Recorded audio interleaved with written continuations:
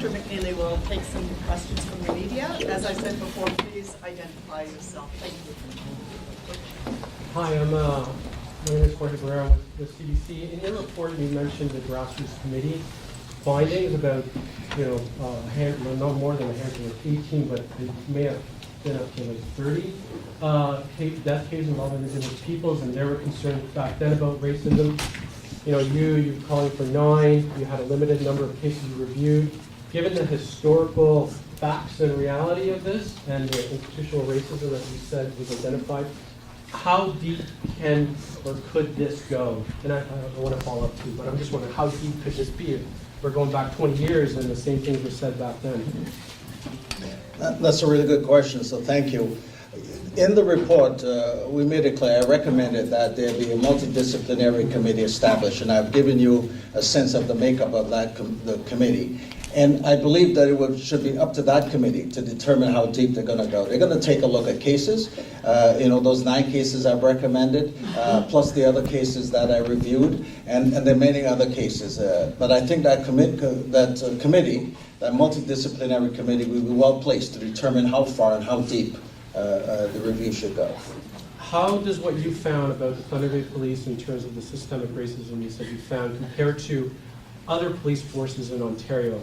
Is what you found here particularly different, unique, worse? I'm just wondering, how does this compare to other police agencies? Well, I only looked in this regard at Thunder Bay Police Service at this time. I'll be sending my report out to all of the police services in Ontario, and I hope that they will all pay attention to them, especially those communities, those police services that police Indigenous communities. But you deal with police services all the time, complaints, and what you're seeing here, do you see that anywhere else? In terms of the rate of it, the details of it, the hostility you say that you saw from individual officers, that's not just a few bad apples. Is this comparable to any place else in the province in terms of the complaints you've received in your office? Well, I've done a systemic review on Thunder Bay, so I've looked deeply into those issues you've just raised. I have not had the availability or the opportunity to do a similar study of other services. And as you know, part of my role is to receive individual complaints from across the province, some 3,400 of them annually. And in those individual complaints, sometimes we have similar issues raised.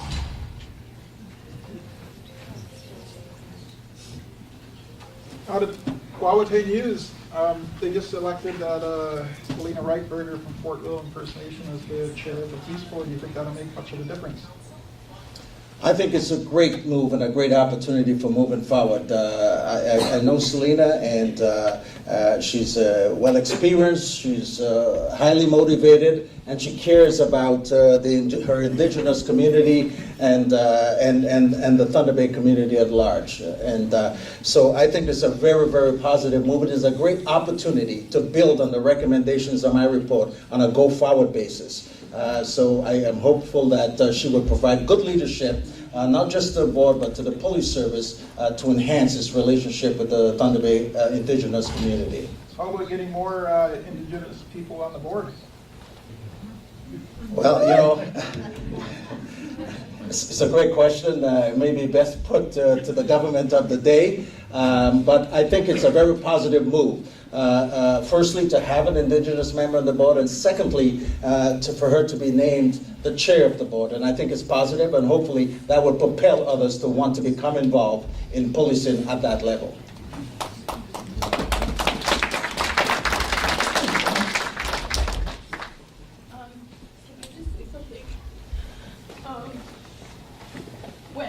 Since you've been gone, a number of things have taken place in the community, and more recently, Braden Jacob has died when he was here for mental health services, trauma counseling.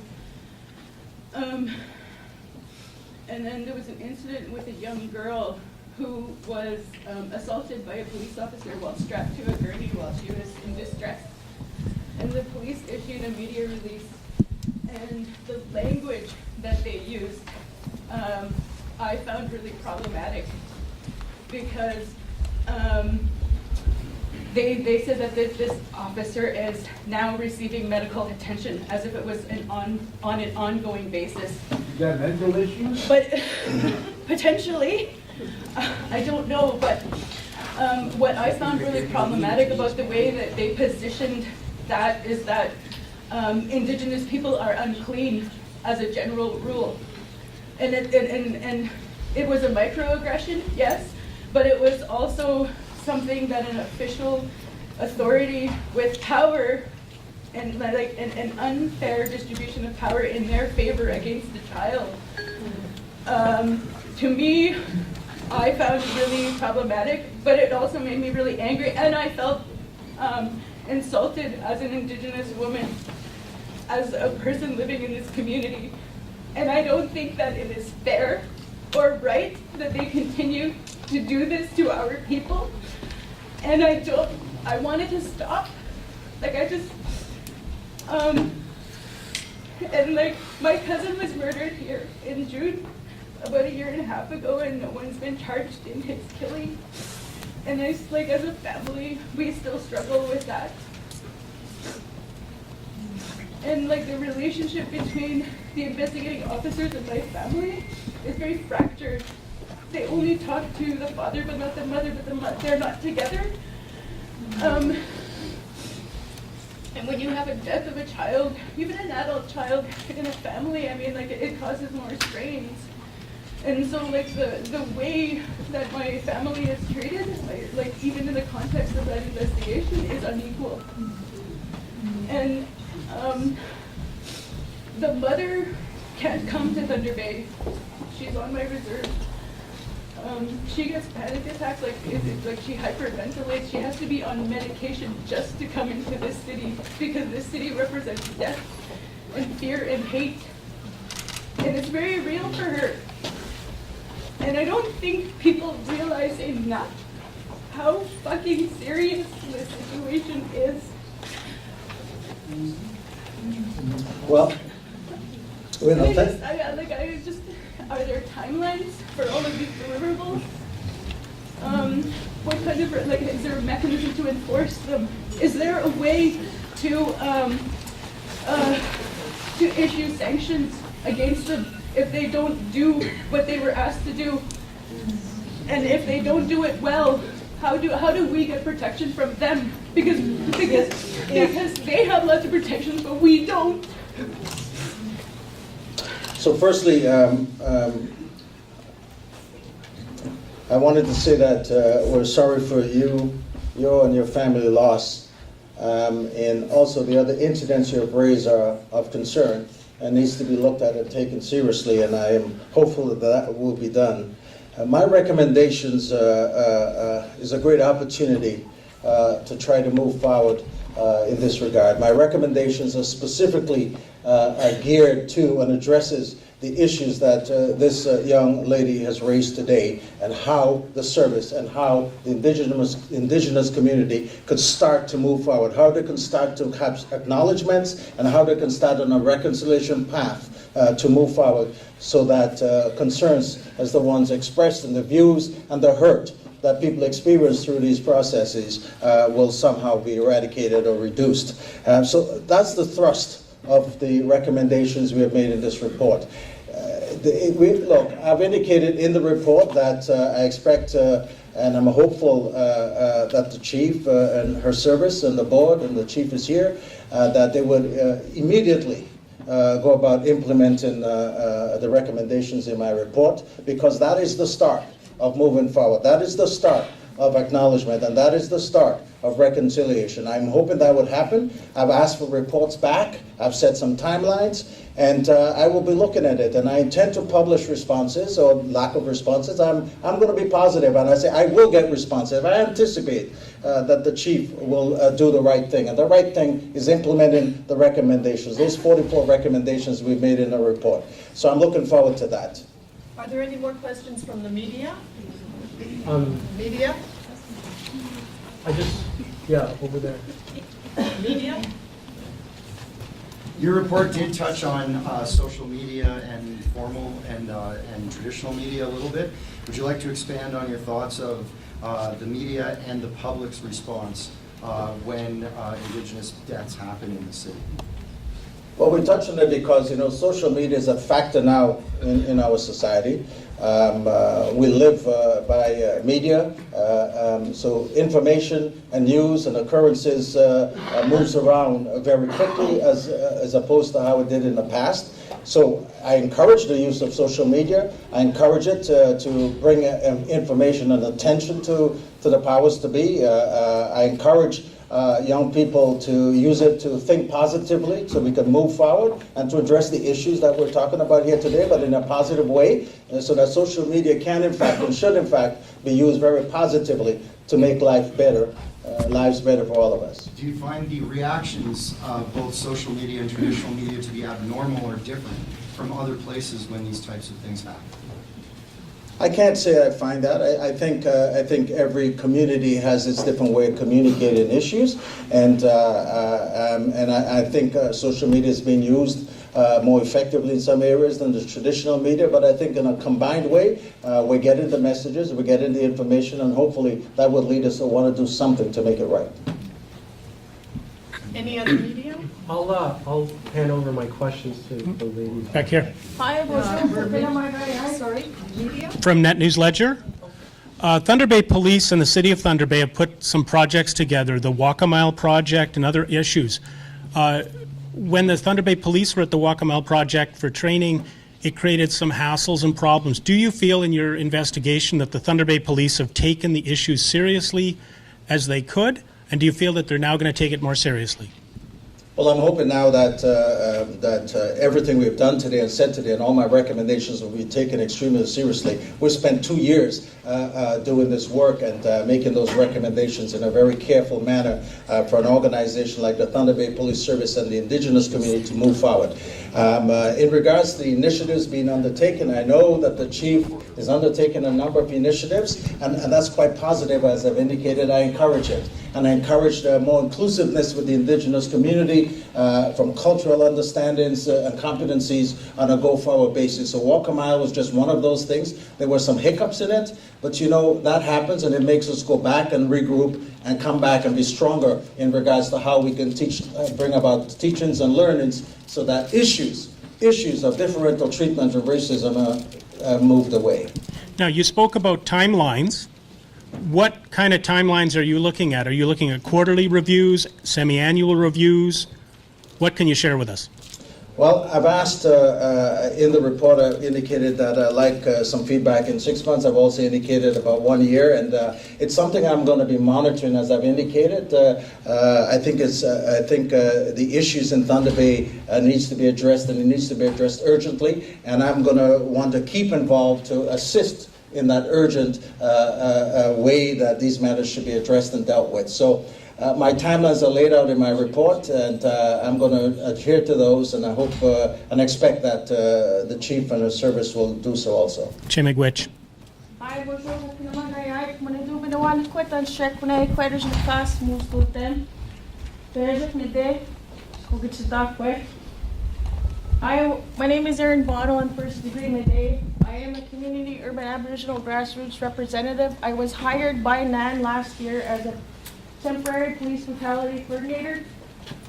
What I discovered as a police brutality coordinator was that the police service bodies did not understand their investigation jurisdictions within the police service, the various bodies.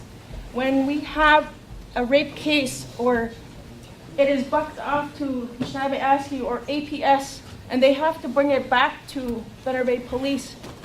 And what I also understood was that frontline agencies did not understand their total PSA relationship understanding of the Police Services Act, which is why I recommended last year that the PSA be applied to also First Nations policing bodies. Last year, I understood because I also lost a member to the street, John Bottle. His death was not investigated thoroughly. I had to act in a way that was professional. I understood the police beatings that they got by our political leaders. I understood that the conversation needed to happen between the police services bodies and the citizens of Thunder Bay. It took 4 months to get every police service body to agree to sit with the city. It was supposed to be scheduled for August 15th and 16th. But something happened within the political organization of NAN. I was removed from that position by a former political leader. We need to engage and we need to rebuild that discussion with every policing service inspector and every police body in the city, including the OIPRD, including the SIU, forensic and pathologists. We need to have that conversation with you without political interference of chiefs. And we also need to have a grassroots response to what is happening. I stopped counting. I came back in 2011. I stopped counting 87 deaths at that time. That's a lot of deaths on the street. So I'm asking political leaders and those that actually want to contribute change, reignite this conversation, this community conversation. What was supposed to happen was that every police service body was going to present for an hour. Then they were going to engage in a discussion for an hour with the citizens and people in the city, so that we understood and we can get to the same page, so that we understood and how can develop those paths forward as a community. I'm saying this because I am an urban grassroots representative. I am also an Indigenous rights activist. I am not afraid to speak against our own people. Our own people are also responsible in severing this conversation. And we, as grassroots citizens here, we as off-reserve members are not represented by political chiefs off-reserve. We are represented by the Urban Aboriginal Board and whatever agencies that serve to represent us. Our services are 4-month backlog. There is so much mental health issues that the frontline officers have to deal with. And we need to figure out a way how we can address that relationship. How can we access and advocate for those services that they need as police officers, because they are not mental health service workers. Thank you. Thanks for sharing. Just one more question for the Thunder media. Bay Police Chief just released a statement, and in it, Say that again? the Thunder Bay Police Chief just released a statement, and in nowhere does it say anything about racism. It talks about systemic barriers in policing. I'm just wondering, my understanding is they had this report ahead of time, they read it, they're still talking about analyzing this, but they're talking about barriers. I'm just wondering what your response is to their initial reaction to this. Well, I haven't had the privilege of reading the statement, and I appreciate you advising us what it states. And I can tell you this. This report provides an opportunity for the police service and the Indigenous community and other communities to get together to move forward. We've made explicit recommendations in that regard. We talk about the formation and the creation of a joint committee, not just to review cases, but a committee for the chief of police and the Indigenous leadership and others to get together and to start to talk to move forward. And I hope that that's what will happen coming out today. I would like to say that today it should be the first day. I mean, I know folks have heard this before, but let us try to make this a real first day of moving forward, a real first day of making a difference, a real first day of trying to do something different so that the situation in Thunder Bay that exists now will go away. Let us make this jointly a first day. Let us be positive, let's think positively, and let's all do the right thing to make it better, especially for the young people.